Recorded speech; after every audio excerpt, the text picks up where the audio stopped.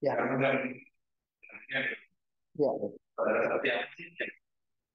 sudah. Ya, begini, betul. Tadi dikatakan di situ bahwa orang-orang muttaqin atau manusia lah pada umumnya itu yang ada di hari kiamat itu mereka semua berkesempatan untuk mendapatkan syafaat atau memberi syafaat. Kalau orang beriman, orang yang bertakwa tidak hanya mendapatkan syafaat, tapi juga berkesempatan memberi syafaat. Ya. Jadi bisa menolong saudaranya atau orang-orang lain, kan begitu. Nah, sementara eh, kalau orang yang dapat syafaat itu kita mungkin lebih banyak paham lah, mungkin karena kesolehannya, karena kelebihan dia, katakan seperti Nabi. Walaupun juga tetap harus kita garis bawahi ya dengan catatan tebal bahwa man dzalladzi yashfa'u indahu illa bi'izni. Yang ada dalam ayat kursi itu bahwa tidak ada yang dapat memberikan syafaat kecuali atas izin Allah. Jadi syafaat yang didapati oleh Nabi menolong kita atau syafaat yang didapati oleh orang soleh, orang bertakwa menolong saudaranya itu tidak terjadi kecuali atas izin Allah dulu. Itu pertama. Ya. Jadi kalau Allah nggak mengizinkan itu tidak terjadi. Dan yang dapat memberikan syafaat juga bukan hanya kita manusia, makhluk juga bisa. Seperti nanti amal kita akan memberikan syafaat kepada kita, ya amal kita yang paling menonjol. Mungkin kita beramal biasa kayak orang lain sama, tapi lebih menonjol keikhlasannya. Misalnya. Dia menolong orang itu di saat orang itu sangat membutuhkan. Misalnya. Pas. Ya. Tadinya orang itu hampir saja ingin berbuat maksiat, katakanlah mau bunuh diri, karena terlibat pinjol misalnya, pada hari itu datang sedekah dari kita. Kitanya bersedekah kayak biasa aja, kayak nolong orang lain. Tapi di mata Allah, sedekah itu jadi sangat luar biasa karena sedekah itu menyelamatkan orang yang tadinya mau bunuh diri. Itu sesuatu yang kita nggak tahu. Yang tahu adalah Allah.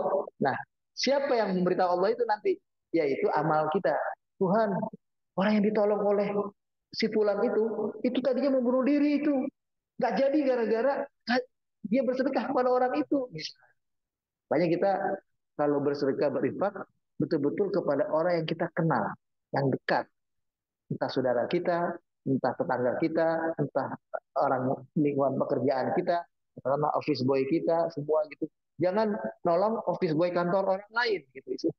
Jangan nolong orang miskin di negara lain, orang miskin di kota lain. Lingkungan kita, tukang sampah di rumah kita misalnya, tukang jualan yang keliling di rumah kita yang kita nggak tahu, ya kita mau kasih hadiah lebaran dia apa, kasih sarung, yang ngasih sarung kepada tukang ketoprak yang di Jogja, kasih tukang ketoprak yang di rumah kita gitu. Itu kayak gitu. Nah itu yang bisa jadi juga amal memberi syafaat, termasuk baca kriteria apa, kriterianya sangat mudah sebetulnya.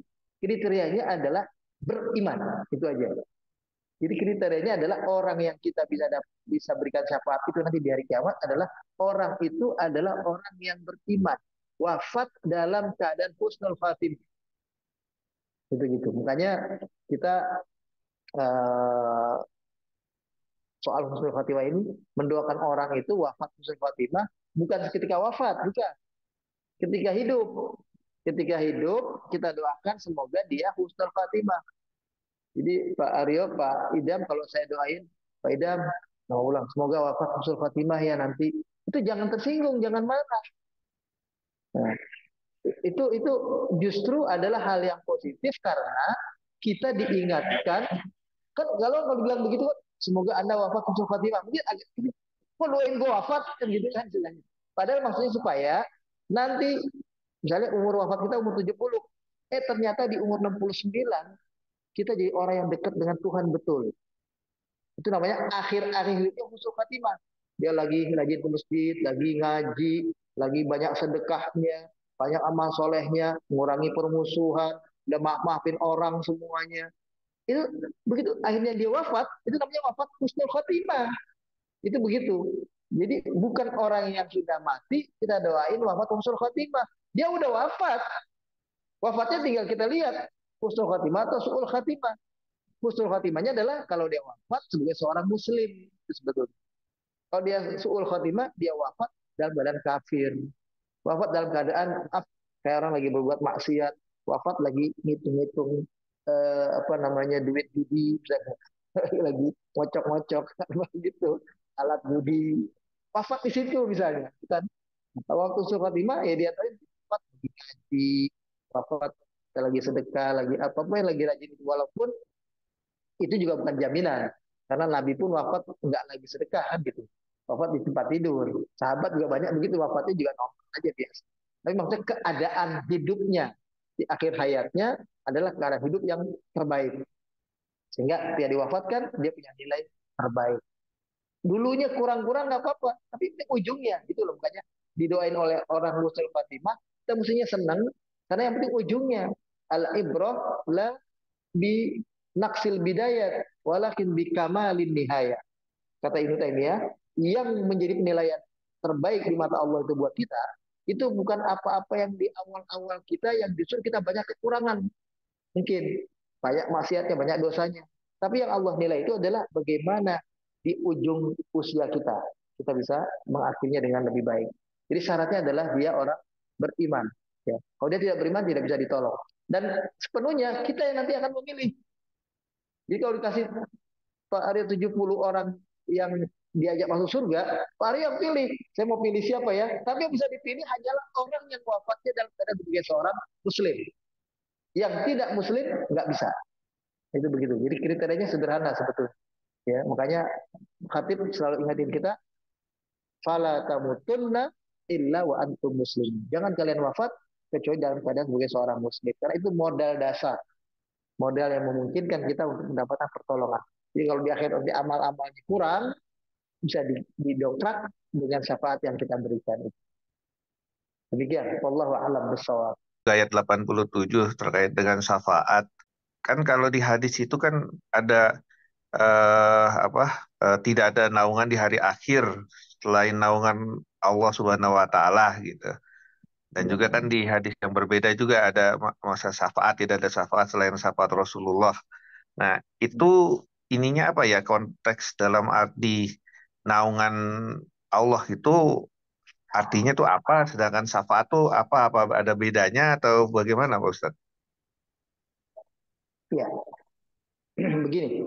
Kalau arti naungan yang mungkin ada, kita pernah mendengar hadis yang mengatakan sab'atun yuzilluhumullahu fi zillihi yauma la zilla illa zill.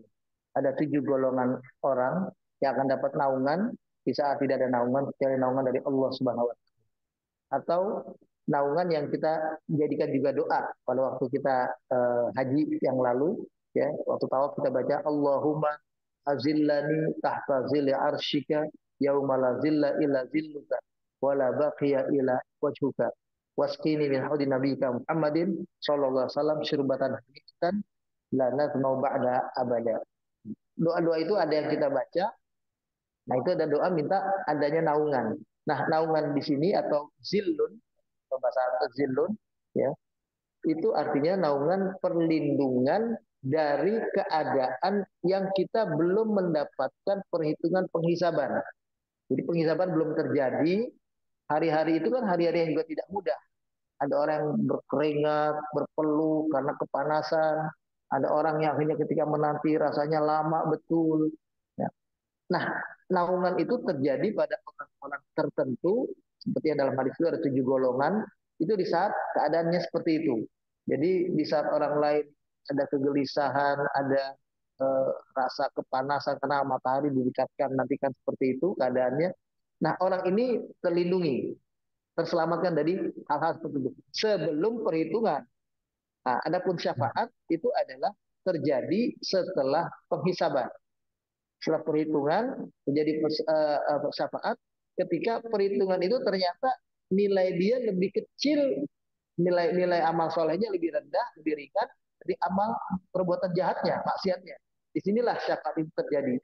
Dia akan terdongkrak karena entah anaknya yang hafal Quran, entah perbuatan amal solehnya yang seperti tadi, entah orang lain menolong dia, entah Nabi kita Muhammad juga. Karena ada penilaian apa gitu, atau doa kita sering banyak selawat kepada beliau misalnya, dan segala hal yang lain. Nah itu, jadi syafaat itu adalah ketika Allah akan memasukkan seseorang ke dalam surga, ya, atau menjebloskannya ke dalam neraka, disitulah syafaat Allah terjadi. Jadi syafaat itu seperti itu. Sementara juga tetap ada yang mengartikan syafaat secara umum, bahwa di hari kiamat secara keseluruhan, termasuk tadi kata-kata zilun, perlindungan atau naungan, termasuk di dalam juga syafaat. Jadi syafaat kalau yang khusus itu diartikan adalah saat kita dihisab pada akhirnya apakah surga atau neraka, tapi juga sejak kita hadir di hari kebangkitan sudah kita rasakan syafaat itu. Nah itu, nah syafaat yang pengertian yang kedua tadi itu sama artinya dengan zilun, perlindungan. Sedangkan kalau perlindungan hanya artinya perlindungan di saat sebelum terjadinya penghisaban. Itu begitu. Itu yang disebut naungan. Jadi ketika terjadi huru hara kiamat yang dahsyat, ya orang menanti, kan menantinya itu kan bukan 1-2 hari, itu ribuan tahun, ya, yang kita tidak tahu, lamanya luar biasa. Nah itu demikian, yang 1 hari sama dengan 1000 tahun. Berarti kan hitungannya kalau disebut ribuan tahun, hitungan kita miliaran tahun jadinya, itu begitu. Wallahu a'lam bishawab. Jadi kalau pengertian syafaat lebih luas dari pengertian perlindungan. Nah, itu begitu. Karena syafaat walaupun intinya adalah surga neraka, termasuk di dalamnya juga yang berarti naungan. Jadi ketika orang kepanasan, dari awal dia sudah kepanasan, ditolong. Atau Ya, termasuk berarti orang tua juga, orang tua yang anaknya wafat. Kalau ada seorang, dia punya anak wafat, masih usia belum akil balik. Nah anaknya ini yang jadi penanti dia bisa jadi pemberi syafaat. Dia akan tarik orang tuanya, ketika orang tuanya akan dimasukkan oleh Allah ke dalam neraka, dia minta kepada Tuhan, nangis-nangis, ditarik orang tuanya termasuk ke surga. Itulah makanya doa orang tua atau doa si kita kalau kepada anak yang wafat, bukan ya Allah ampunilah anak itu, tapi kita doanya adalah ya Allah jadikan anak itu pendahulu, menjadi tabungan, menjadi yang memberikan syafaat kepada orang tuanya di hari kiamat. Begitu. Allahumma ij'alhu liwalidayhi salafan wa faratan wa ajran wa birran wa syafi'an mujaban liwalidayhi. Jadi pemberi syafaat yang diterima Allah nanti dari kiamat untuk orang tuanya.